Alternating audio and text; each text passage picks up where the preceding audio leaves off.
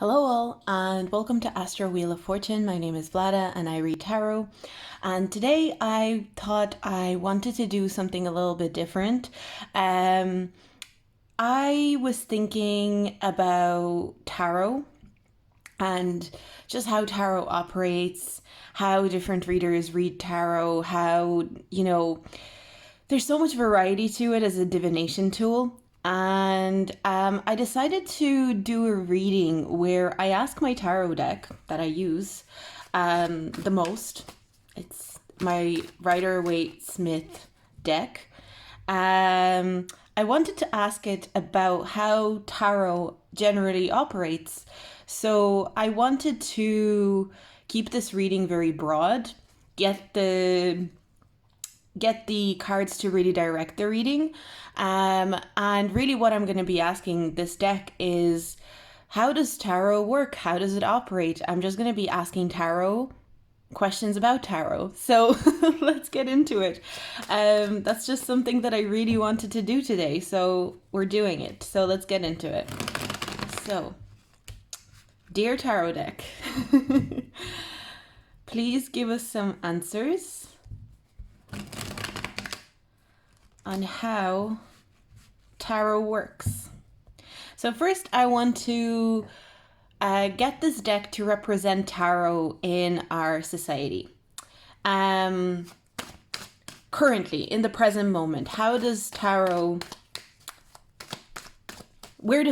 stand as a divination tool in our society, in our world, in the present moment, as I'm doing this reading right now?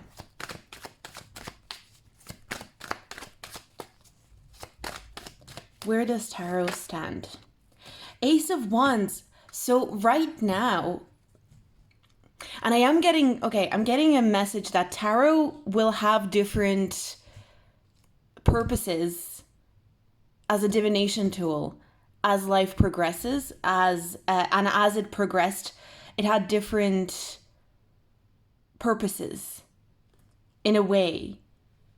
That's just something that I'm channeling, like what tarot represented and what it delivered.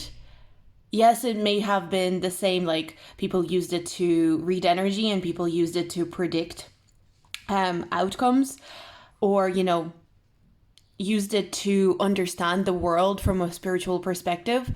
But tarot will always have a slightly different purpose depending on which point in time or which point in humanity's evolution we're using it. But right now, at the present moment, as I'm doing this reading, tarot serves a purpose of inspiration. We're meant to get inspired by it. Tarot serves the purpose of igniting some sort of spark in us, a spark of inspiration. So that's the current purpose of tarot. So, how does it work currently? How does tarot work currently as I'm doing this reading? How does it operate in today's society? Death card in reverse. I'm not sure if I feel like the cards want me to just read them upright. I don't think this reading wants to use reversals here, so we're not going to. Queen of Cups.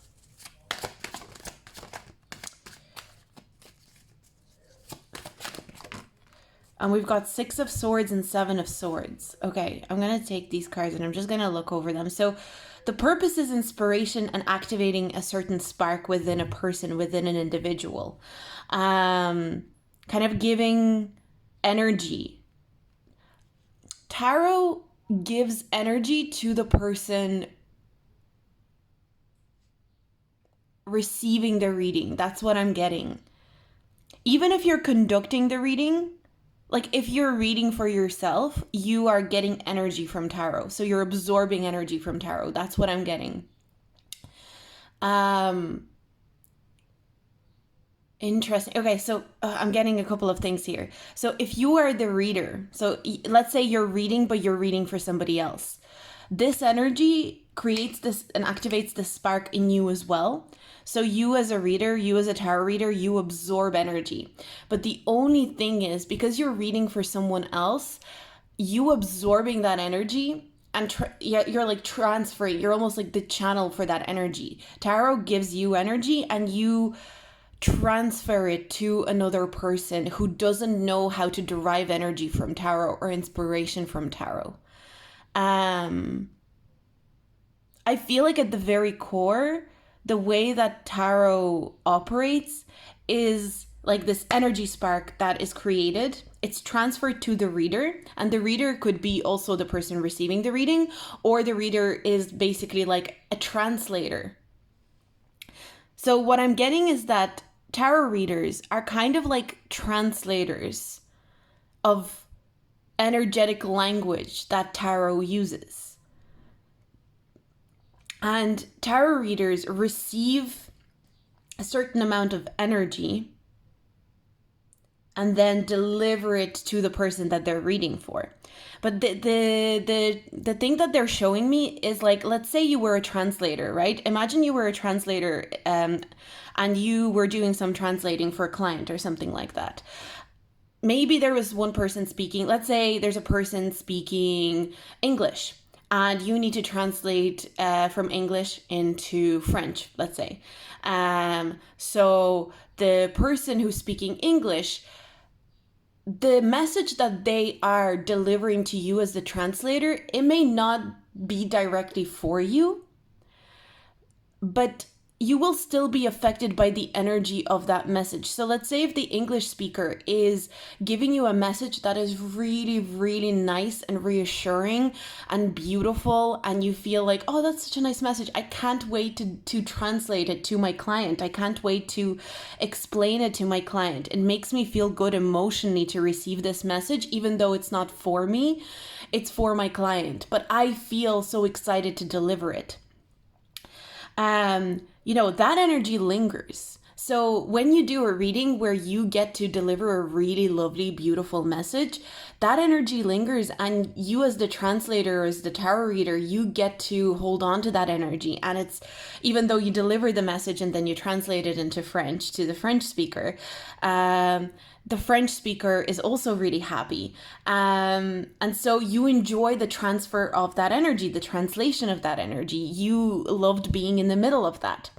Similarly, though, as a tarot reader, because the death card is, to me, this is like the transition, the transfer. You get transformed by the energy, whether you like it or not. As the reader, you get transformed by the energy. I guess that's why it's so important to like cleanse and to protect yourself as a reader, because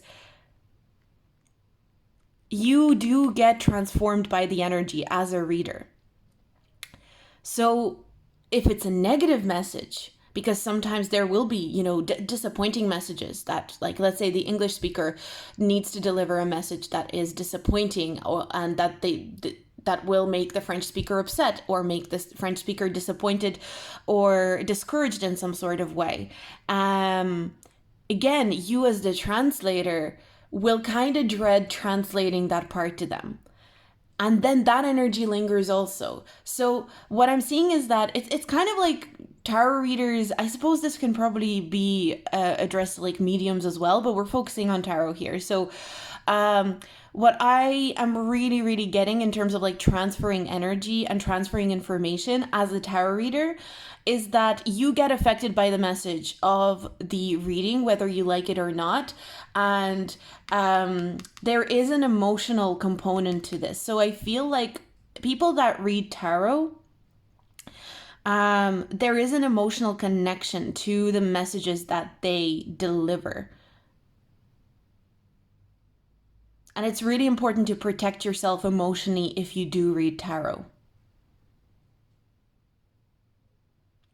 Now, the Six of Swords, and then we've got Seven of Swords immediately, like consecutive cards, is very interesting to me here as well. With the Six of Swords, I do feel like the way that tarot operates is very much, I've delivered the message that I needed to deliver.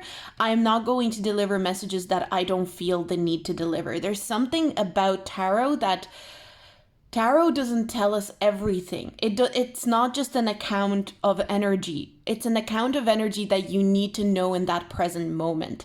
So there will be, I feel like, especially with the Death card, because it's ruled by Scorpio, and the Queen of Cups can be Scorpio energy as well. There's a lot of energy of secrecy here that I'm picking up on. So something that tarot is telling me right now, don't rely on tarot giving you the account of every little detail. Tarot will purposefully keep things secret as a language, as a tool. It will purposefully miss certain information because it's not for your best. What I'm getting is like, certain information, if you knew it, it wouldn't carry you from point A to point B. It would just make you stuck, or it would make you like maybe too scared to move forward, or it would make you feel like life is worse than it is, or it would make you feel like you didn't have to do any work. Like, there's certain elements that tarot will purposefully hide from you as a reader or the person getting a reading. Because if you knew certain information, you wouldn't get from point A to point B. There would be no transformation. You'd be stuck in limbo.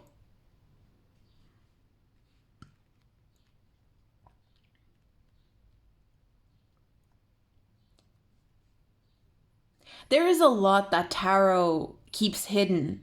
And I'm also getting, like, even this reading that I'm doing right now, there's a lot of information that is hidden from me that I will not be allowed to access, because for this specific reading that I'm doing right now, that information would not do more harm than good. That's not the exact way that I'm getting it. It's more like that information would not benefit the people that are going to watch this reading, or will not really be, I don't know, like, won't be as helpful. Sometimes we think having all information is really, really helpful. Like, if I knew everything, that would be very helpful for me. And tarot is like, I'm not here to tell you everything. I'm not here to give you the details of how everything is going to play out. I am here to give you information that you need in order to get you from point A to point B.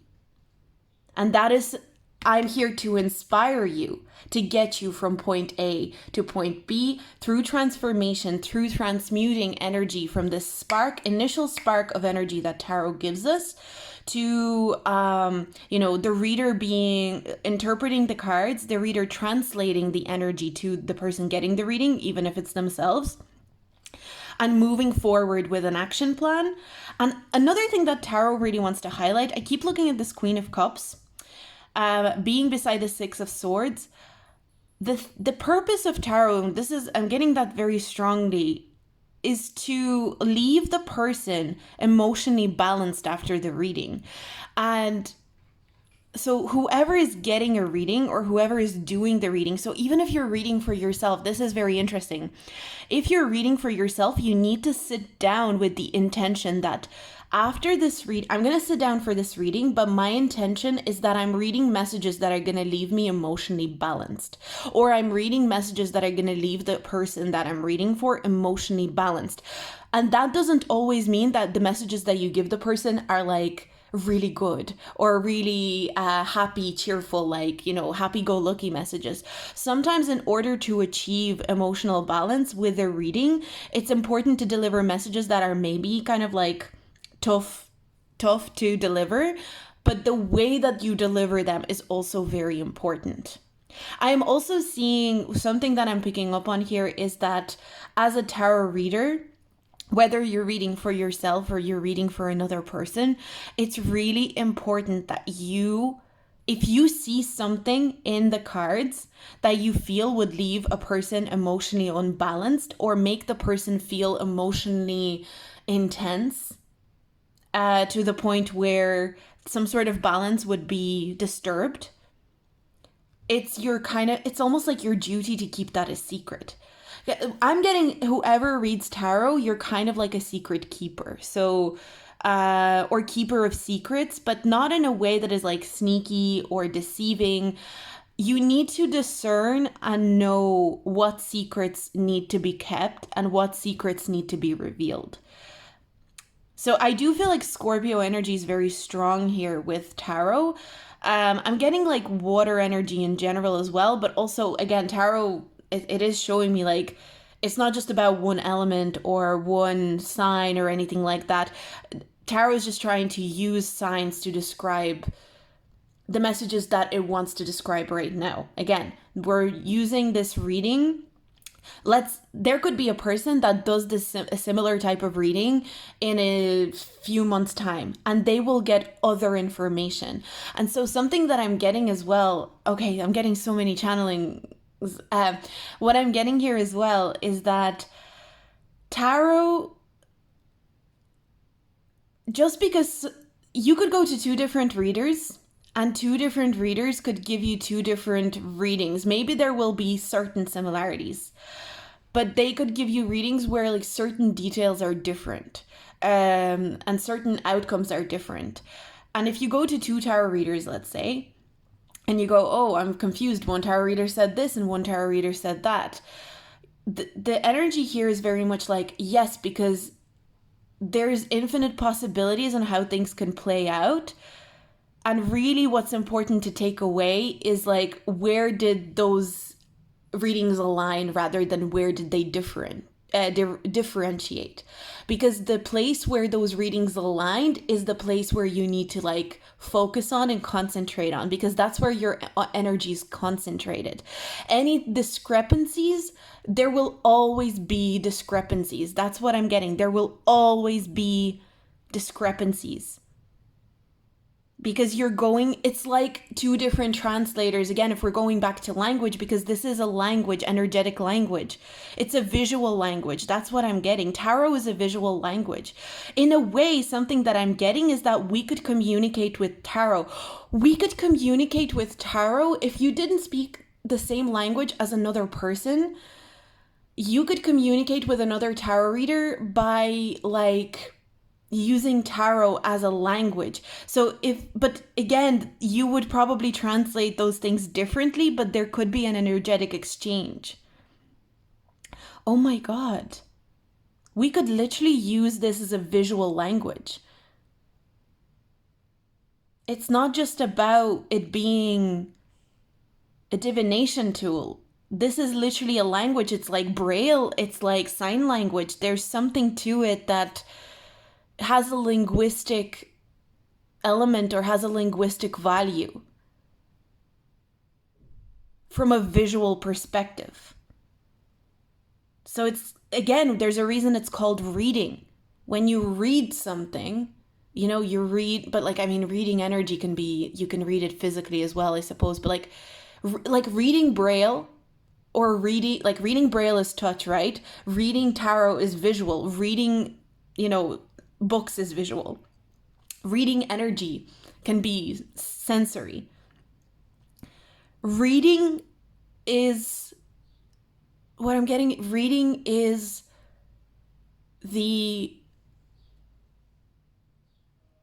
I'm getting something here. Okay, reading is something of language, of communicate. Reading is, I'm gonna get it. I'm gonna fish it out of somewhere. Wait. Whatever type of reading you pursue, whatever type of reading you connect to, it does not really matter as long as you read. And so like reading books is really important. Like reading anything, reading energy, the more you read, the better your awareness becomes. But like, I'm not seeing it in an obsessive way, like reading things to understand. Reading energy, reading books, reading, when you read, you understand. And it doesn't just apply to like reading books for information. Reading tarot for information is also a way of broadening your mind. It's just different. Because in a way, something that I feel is like it connects to, we used to communicate in pictures. I was like, okay. We used to communicate in pictures. We used to communicate in drawings. We used to communicate with symbols, and now we're communicating with words. Now we're communicating with language, with words.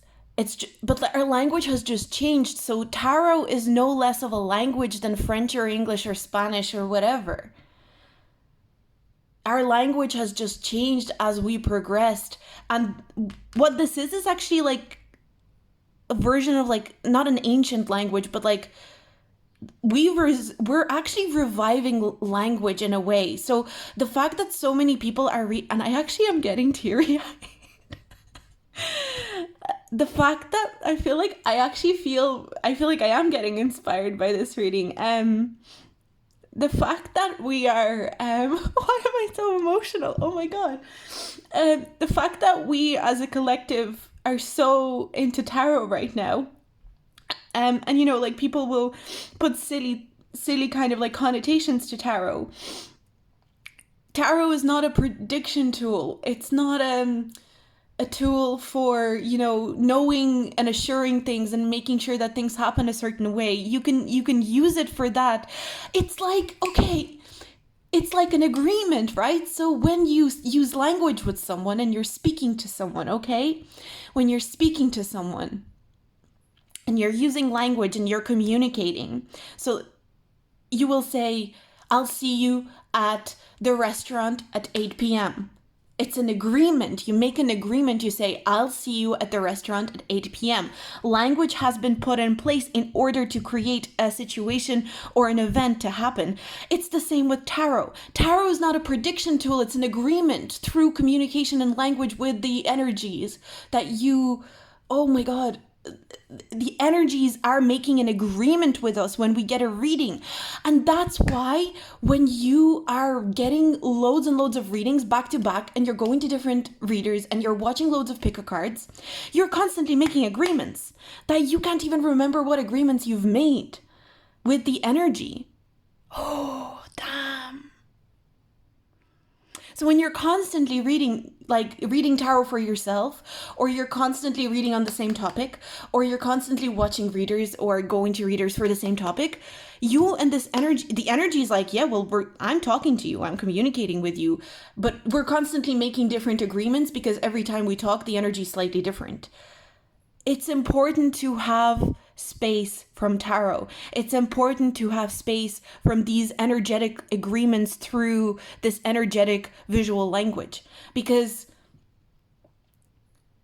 it's like you agree, and so you can disagree to a reading.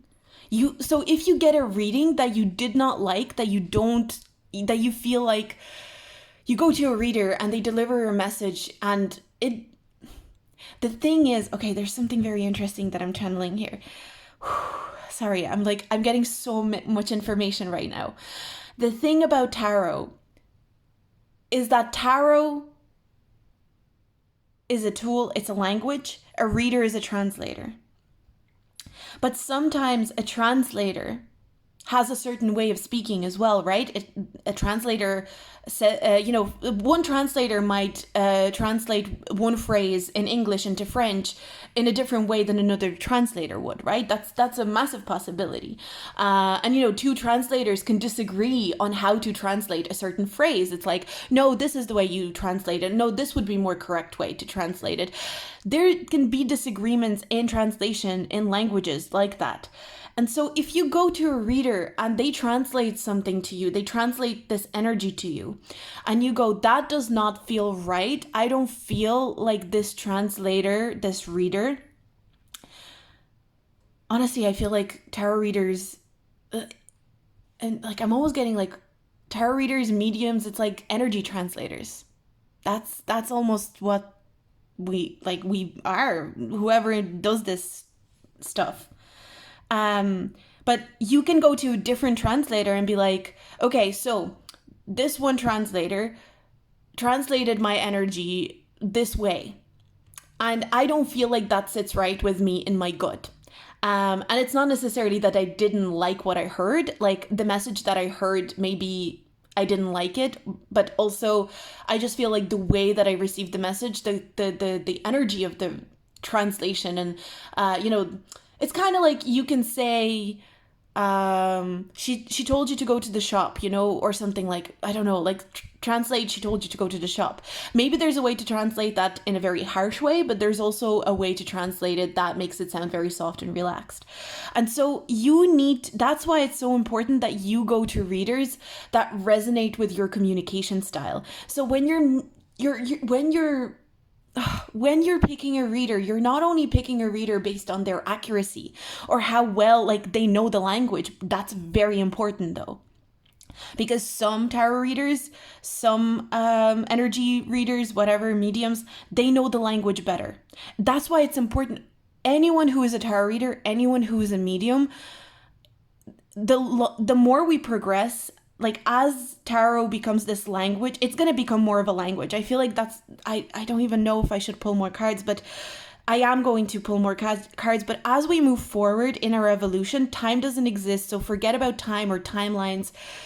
As we're evolving as humanity, as we're evolving with tarot and just symbolism, energy reading, everything, this language is going to evolve, and it's going to need, we're going to have to study it more. Whoever is serious about doing this work, we're going to have to, and I don't mean just study it, like study the history of it, we're going to have to really connect. Like, it's not just about looking at the death card and going like, okay, what's the symbolism? What does this mean? What does that mean? Like, what does every, like, little figure on this card means? But, like, studying the energy. So kind of like, I'm almost getting like experiments. Like, we're going to start experimenting with tarot that, like, okay, today I'm going to pull a card and maybe, like, the death card comes out. And again, people have been doing this for years, card of the day. You write down what happened that day and you look at why did the death card come out? And it's not about predicting the day, but letting your day that you had inform why it was the death card. But you would need to do that multiple amounts of times. Like, you'd need to pull the death card or happen to pull the death card multiple amount of times for different days that could feel energetically may have different events happen, but there is going to be a thread of energy that is going to connect those days, that is going to inform the similarity of those days. And it's like, maybe you pull a death card on a really, really bad day. You pull a death card and you go about your day and you notice that was a really bad day. I felt awful. This thing happened. I missed my bus. I don't know, lost something. Like, it was a very tough day. I don't know how I got through it. Yada, yada, yada. The next time there needs to be, like, no matter the next day that you pull the death card, let's say it happens in another month or so, you pull a death card. It's really important that you don't go, oh my God, it means that day is going to be exactly the same as this day that I had a month ago. No, you are pulling the death card not because you're replicating the day, it's because you're going to find a common thread of very subtle energy, because if you can detach from that, pulling a death card, you go, okay, and you have an excellent day, you get a promotion, you get something for free, you meet a new friend, connect with a new person, and you feel amazing at the end of the day, and yet you pulled a death card. But there, you write it down and you go, okay, this was a death card day as well, so very interesting. Maybe you compare the two. Maybe you can't find that thread of energy yet, but you're like, I'm gonna find it. Another couple of weeks go by, again you pull a death card, you go, okay, this time I'm gonna see what kind of day I have. And then you have a day where it wasn't amazing, it wasn't bad, but it was very interesting. And there was a lot of different kind of like twists and turns. Maybe you learn a lot that day. Maybe you really problem solve something, or you figure something out finally that you've been trying to figure out. And so what happens then is you put all these like death card days that you've had, and you interpret them, but not by, they were vastly different days. But once you kind of start putting these things together, you start noticing like, oh, each one of those days assisted me to in extreme transformation on that day. Like I felt in some way transformed maybe by my emotion that day. Or, like that's the way that we're supposed to read tarot. Not death card means good, sun card means bad. And I've been guilty of doing that like too. And I feel like a lot of readers are, but at the same time, sometimes it's also okay. Okay, this is so much information. Sometimes it's okay as a reader to have a card that you instantly associate with good and instantly associate with bad. It's just important that you don't expect every other reader to see it that way. Because maybe personally to you, for example, I really love the Eight of Wands. I have a really strong, I just love the Eight of Wands. It's one of my favorite cards in the deck. And so that makes sense. I love the Eight of Wands because I, for some reason, have a special connection with that card. Every time Eight of Wands comes out, I get really excited and I get a really good feeling because most readings that I've done, someone who has done a lot of readings in the last 3 years or so, 3 years or so,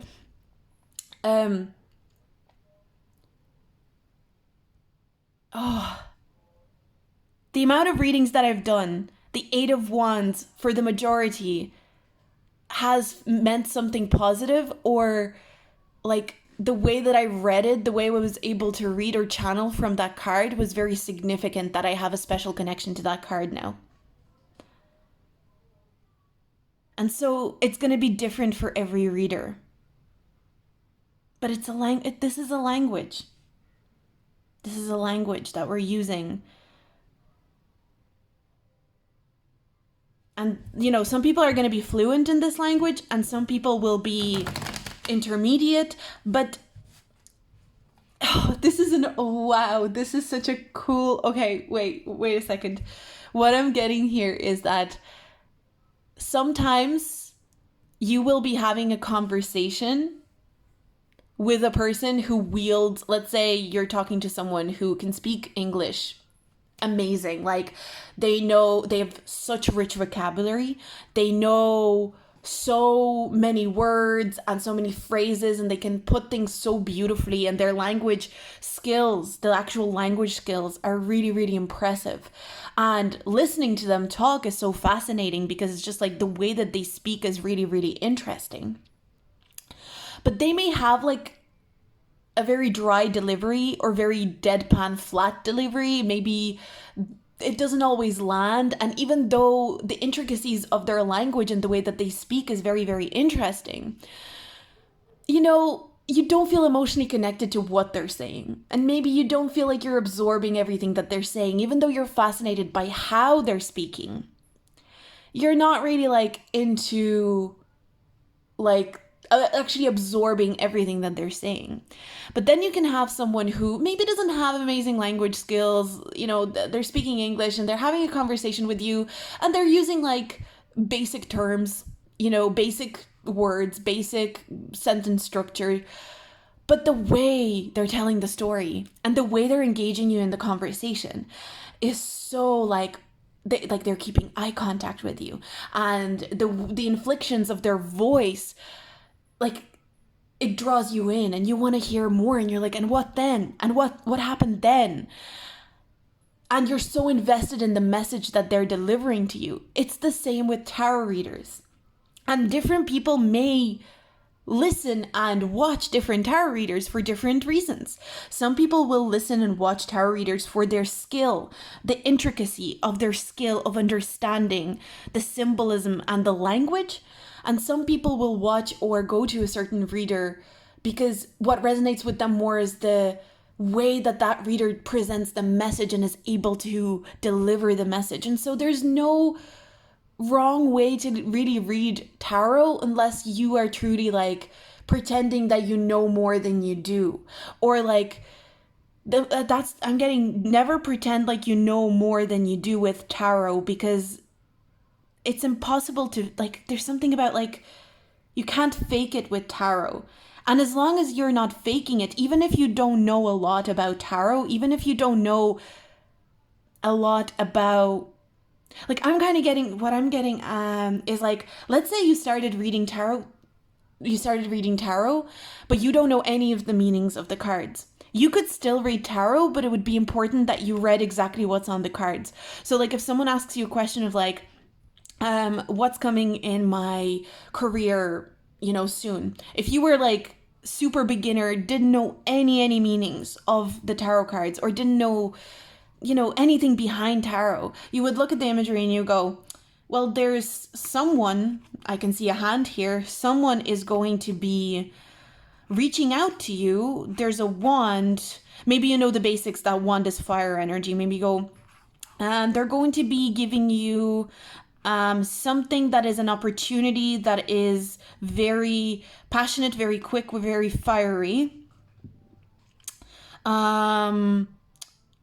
They're going to be handing you an opportunity, but because it's fire, you need to act quick. So it's going to be an opportunity that will require you to act quick. It will come out of the blue. It's coming out of the cloud. You are not going to see it coming.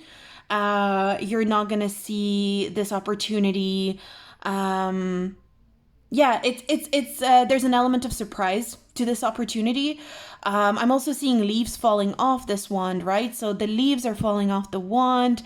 There could actually be, and I'm seeing these as seeds. I'm not seeing them as leaves. So this opportunity will have other seeds that will fall to the ground and will take root, and you could harvest other opportunities through these seeds that fall off this opportunity. So like, it's important that you don't know anything about the card. You don't know the intricacies of the symbolism of the card, but you are able to read the basic imagery. That's what's important here. Whereas if you're advanced and you know everything behind the card, like, for example, again, going back to the death card, you know that it is ruled by Scorpio. Maybe you are also an astrologer, so you're able to talk about Scorpio and the energy of Scorpio. And that's kind of how I read tarot, through the lens of astrology, because I studied astrology before I studied tarot. I am reading, actually... What is the name of the book? I actually don't. This is how bad I am. Like, I actually don't even know the name of the book. I might put it in the description box below, actually. It is so cool. It goes into the history of tarot, speculated history of tarot. Like, it's really, and each of the cards as well, which is really, really, really interesting. But like, I read tarot through the lens of astrology, if I'm honest, for the most part. That's my method. And whatever method you have is fine, as long as you stay true to that method. And so, but if you wanted to expand that method, so for example, like I'm reading books on tarot and symbolism on tarot, as long as I'm staying true to that and I'm not trying to pretend like it comes to me authentically when it doesn't. It's not even about like, pretending like you know more than you do. It's more like, does it even feel authentic to you to read? Because for a long time, it didn't feel authentic to me to read tarot from the perspective of, let me look at every little symbolism, let me look deep into the history of tarot. I read general things, but I didn't go into like each card, for example, like I am now. I didn't go reading into each card being like, okay, what's the very history of this specific card? Like, I would read on history of tarot, but not on the card. And it didn't feel authentic to me, so that was fine. And I wanted to do it through the lens of astrology, because astrology at the time was what I was familiar with and what I had a really strong interest in. And so it would be the same for anyone who reads tarot. Reading tarot, if you're an artist, reading tarot from an artistic perspective. Like, I'm even getting, like, if you were an artist and you wanted to read a card and you wanted to look at, there's patterns on those tents, there's people there, like, and the perspective. And, a lot of people say how the minor arcana are kind of set up as if they're on a stage. Maybe, that's important to somebody to read it that way. So, like, I don't know, like, I'm just getting a very strong... It doesn't matter how you read tarot. All that it means is that all that matters is that you read it authentically to you, that you speak the language in an authentic way that resonates with you, that you don't try to pretend that you speak this language in a certain way. It's kind of like if you were someone who was more comfortable in speaking in basic terms in a language, like let's say if you spoke English in a certain way, trying to pretend like you are someone who speaks English in a slightly different way, or like you wanted to kind of like incorporate phrases that didn't resonate with you with the way that you use language, you would come off as kind of like phony or something, or you would not even feel comfortable in yourself or authentic in yourself. And it's the same thing with tarot. It's the same energy. So as we move forward, wow, I feel like I literally feel so much energy like circulating right now. This is, oh my god, I feel different. Like I feel like even after this reading I'm gonna read tarot differently. But let's look at something that I want to look at is how are we going to progress with tarot? What's next for us as society, as collective? Since so many people are into tarot now, what is the collective kind of move here with tarot? Page of Wands in I'm not reading reversals. Thanks for reminding me. I felt this energy of like, nope, no reversals, please. And that's another thing. It's not wrong to read reversals. It's just for this reading, tarot wants to be upright. But for the reversal thing. Can I just ask you about the reversal thing? I'm referring to these cards again about the reversal thing. It's completely fine to read reversals. You don't have to read reversals. That's something that I'm getting strongly. So if you're someone who feels like you don't read reversals and you're like, oh, maybe I should. No, like you don't have to read reversals. If you're someone who naturally gravitated to reading reversals, then there's a reason for that. Then it authentically resonates with you to read cards in the reverse. It's important. That's the way that your brain processes information. You're able to derive messages that way, so that's important. But you don't need to read reversals. That's not something that's a requirement. But if you feel called to read reversals, or if you usually don't read reversals, but one card comes out in the reverse, and in that specific moment you intuitively go, I want to keep this in the reverse for some reason. Like, I want to read this card intuitively in the reverse, and I want to keep it in the reverse. That's completely, like, there's a reason that that's happening. There's a reason that your mind and your energy is picking up on that. And so it's also important that if a card, you usually read reversals and a card comes out in the reverse, but you don't feel it in the reverse, that you also allow yourself to read it in the upright position. So like, it's really important that you just in the moment, but not that you're, if something comes out in the reverse and you want to put it upright, not because you're like, oh, if I put it in the reverse, it's going to be a slightly negative message, or it's going to be a message that I don't want to deliver. That would not be the right way to do it. It's more like, oh, I can feel in my gut that this needs to be upright or this needs to be reversed. There's there's something with tarot, it's like you're steering it as you're reading. There's something about steering energy, because tarot is not the driver. You are the driver. Tarot is the vehicle. That's the energy that I'm getting. You're steering, but you're steering it in a way that feels intuitive, not forceful. Because when you start steering it forcefully, that's when the energy, dissipates, and it becomes confusing and it's hard to read. Because I feel the need to do this, and it's like there's something about being pulled. I guess, like, I don't know, is that the way like Ouija boards like work or something like that? Because there's something about like finding, I don't know, like I just feel like whatever this is, I don't know if you want to try it. Maybe I'll try it next time I do a reading. Maybe I'll try it now as I'm doing this reading.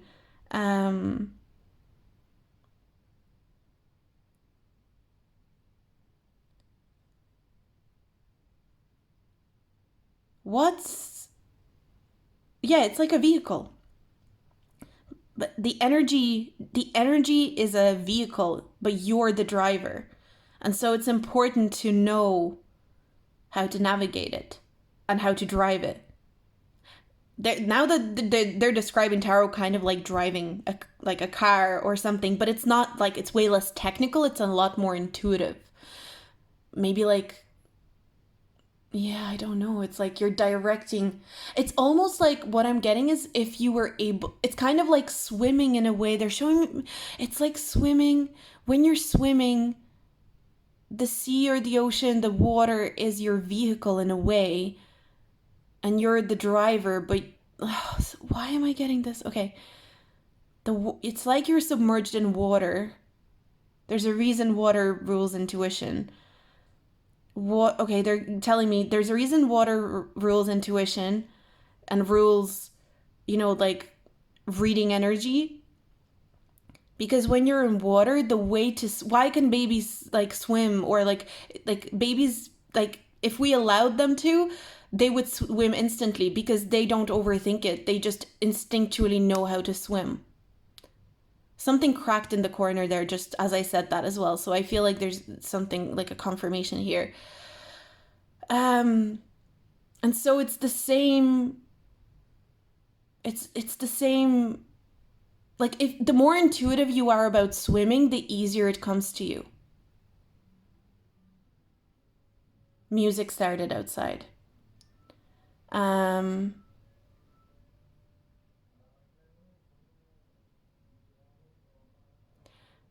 Very interesting. Okay, I feel like I want to progress with, what's Page of Wands. Do I want more cards for this? Where are we moving to with tarot?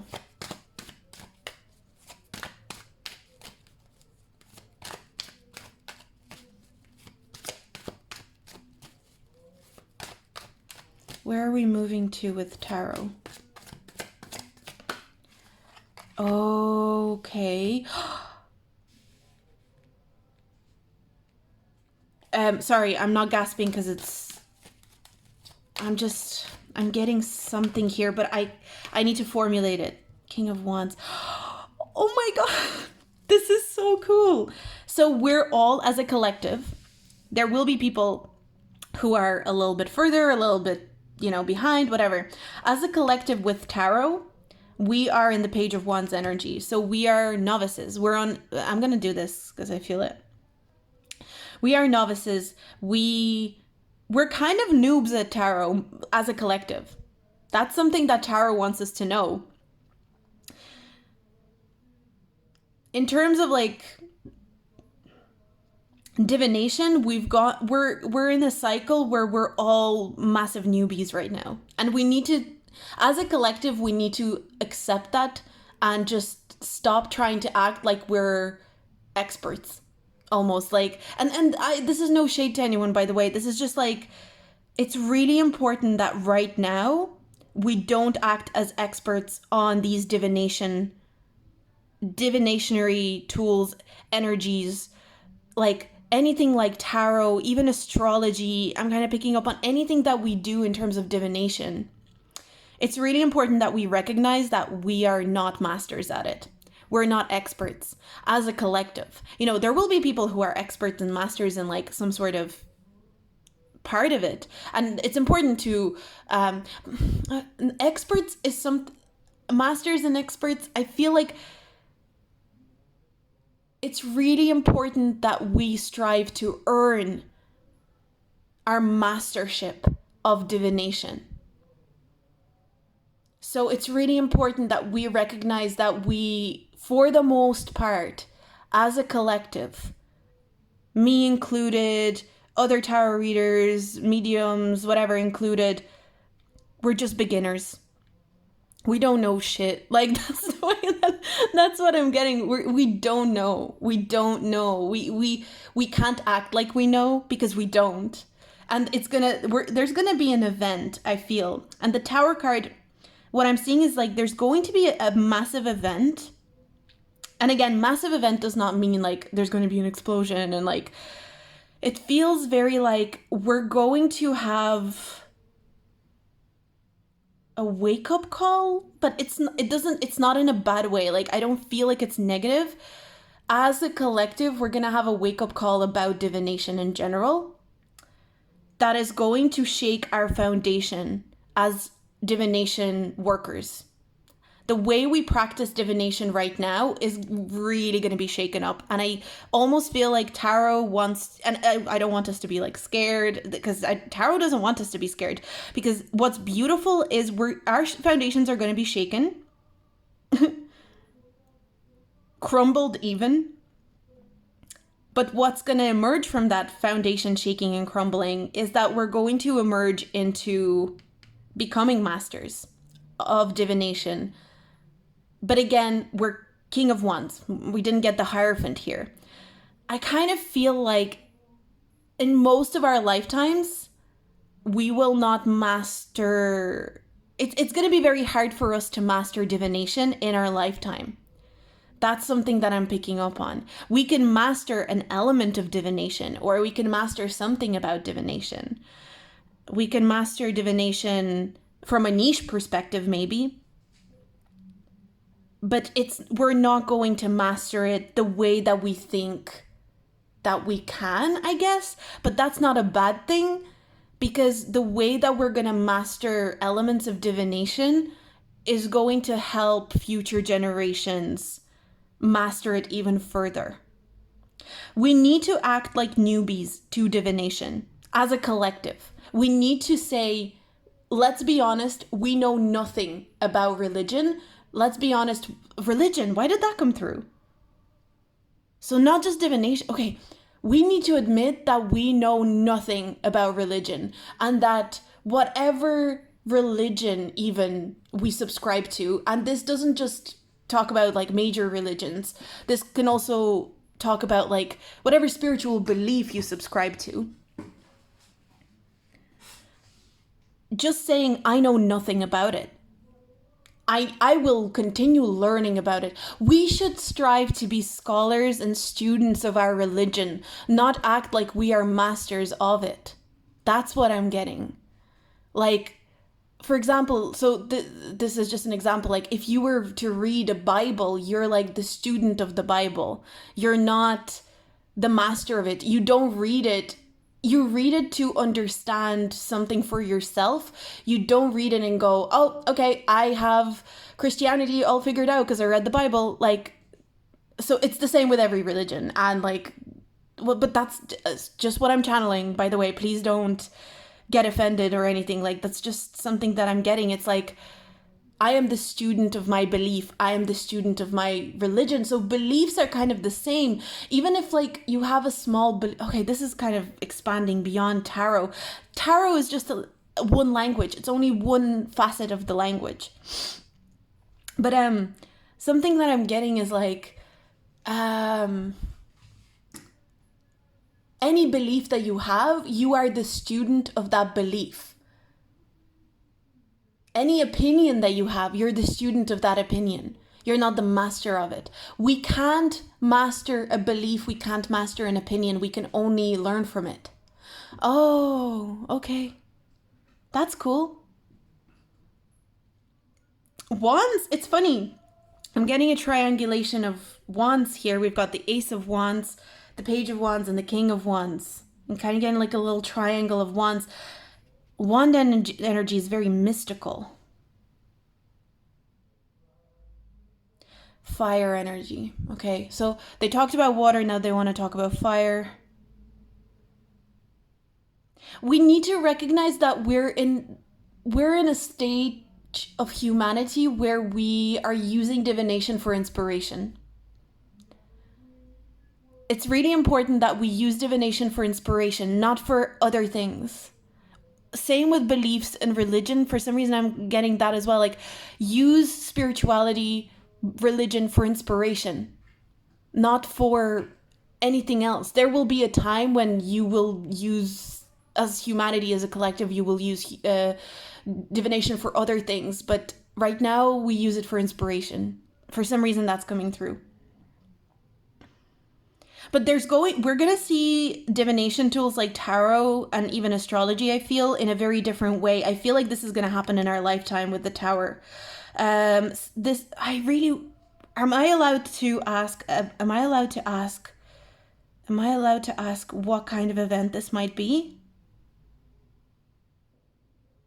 I'm kind of getting like, yeah, you can. You may not necessarily understand it. So we're going to ask, okay? Because I'm curious. Okay, so what is this event? Can you describe this event to me? Of, the pivotal point of us seeing divination tools in a very different way. The moon card. Okay. This event will happen. Oh, okay. The moon card on a more subconscious level.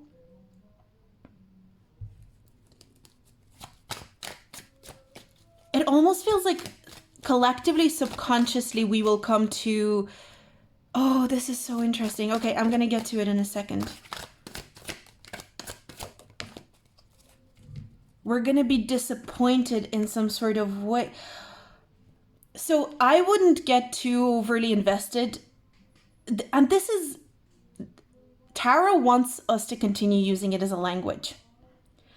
But the way we're using it right now, if we don't expand on how we use tarot, if we don't expand on how we utilize tarot, if we just continue using it just the way that we're using it, and I feel like they're really pointing to like trying to predict events, kind of like prediction. I'm also seeing like trying to understand secret energies that we should not really be privy to. We'll just be disappointed in the end. And that's kind of like where the page energy is, I think. It's like the page energy is like trying to understand things behind the veil, maybe a bit too much. Wanting to have information that you should not be privy to.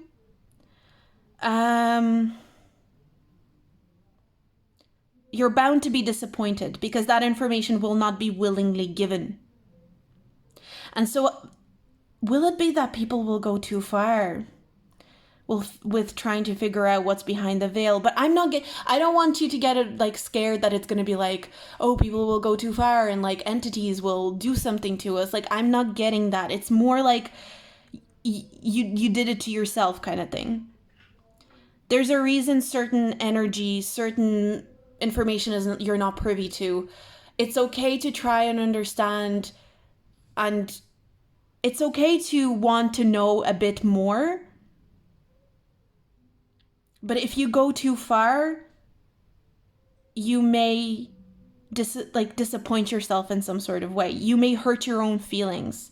This reminds me of like, the memes that were going around about like, when you go, on a social media stalking spree and you hurt your own feelings and you were in a great mood, but now you've hurt your own feelings. And the information that you got is like, okay, I got this information, but what am I going to do with it? Nothing really, because the information is there and it hurt my feelings. But all I can do is just keep living my life the way that I've been living it, because that information actually doesn't directly affect me. It just makes me kind of sad and it makes me disappointed. It's like I hurt my own feelings. I could have just continued on enjoying my life. But at the same time, things that hurt our feelings can really transform us. And so I think we are very curious. Pages represent curiosity, and I'm getting that very strongly. We're going to become very curious for what's behind the veil. We're going to become very curious for what's behind the veil. We're going to become very curious to the point where there's going to be an event where we move through this curiosity,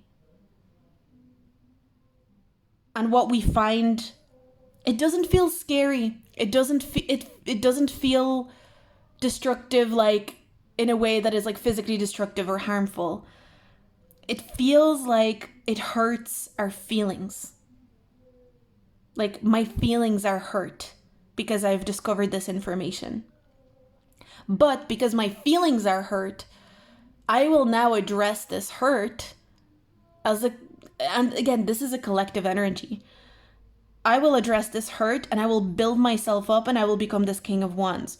So this is going to progress our growth. And I don't think we should. It's funny because it's like you're curious, you hurt your own feelings, but you evolve from those hurt feelings. So it's kind of like, okay, let's go back to the thing of like the stalking thing. Like there's a person that I really like. I'm dating them. I'm going to go stalk their profile. By stalking their profile, I realized that they're actually dating other people. They didn't tell me this. My feelings are hurt, but I can grow from this now. I can actually progress now. I can evolve now because I am more aware. So even though my feelings are hurt and I'm experiencing a level of heartbreak, I can move forward now. Wow. And I'm more mature than I was before. We're going to mature as a collective in terms of our divination practice because of this event. And again, it's like we've got going from the page to a king, we're skipping the knight energy. So we're skipping a step. It's almost like this is going to be an event that could really hurt our feelings in some sort of way. Like really hurt. It's not going to hurt us in a way that is going to be like the end of our human race or something like that. Like that's not what I'm getting. It's we're going to hurt ourselves in the feels. Maybe even on a subconscious level. It's like a shock to the subconscious. But this shock is actually going to, I don't know, is it like evolution? Human evolution of some kind. It feels like human evolution, but because we're asking directly connected to divination. So I am not saying that this is going to be like all of a sudden we're going to grow a tail or something. Like I'm not saying that. It's like there's going to be a step in our, it's like our subconscious will evolve. Our subconscious mind will evolve through this event. And I feel like whenever I'm putting this reading out, it's going to happen. I'm taking it in my lifetime because I'm doing the reading, but most of our lifetimes, like, I don't know, like, because I keep getting in our lifetime, this event is going to occur. And it's going to connect to divination somehow, and people trying to understand divination, people trying to figure divination out and connect to divination. And it won't be an easy step, but it's actually going to evolve us massively. And so there's pros and cons to it. It's kind of like a child touching a hot plate on a cooking top, a cooker's top. Like, yes, the child got hurt, maybe got a burn, got scolded, but this child will never touch that stove again. And the child has an understanding of heat and temperature, and the child's awareness has evolved. Like, that's the energy that I'm getting with this. So, okay, I'm pretty tired now. I feel like I almost feel like I could keep pulling cards and keep reading on this. This was so fascinating to do. I hope you enjoyed this reading as well. I can't believe I went for over an hour. I expected this to be like a 20-minute reading. So I'm going to leave it here. I hope you enjoyed it.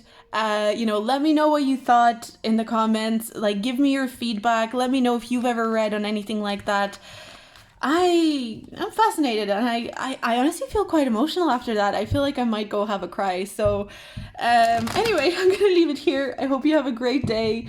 Thank you for hanging out with me. If you like this reading, honestly, like, I could use some donations right now if you feel like it.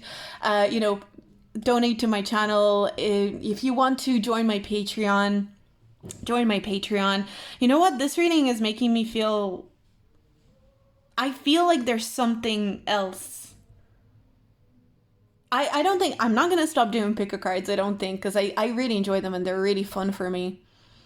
But I feel like I will do more readings like this, for sure, because these are fascinating. So... Well, this one was fascinating. So I'm going to leave it here. I hope you have a great day. Bye.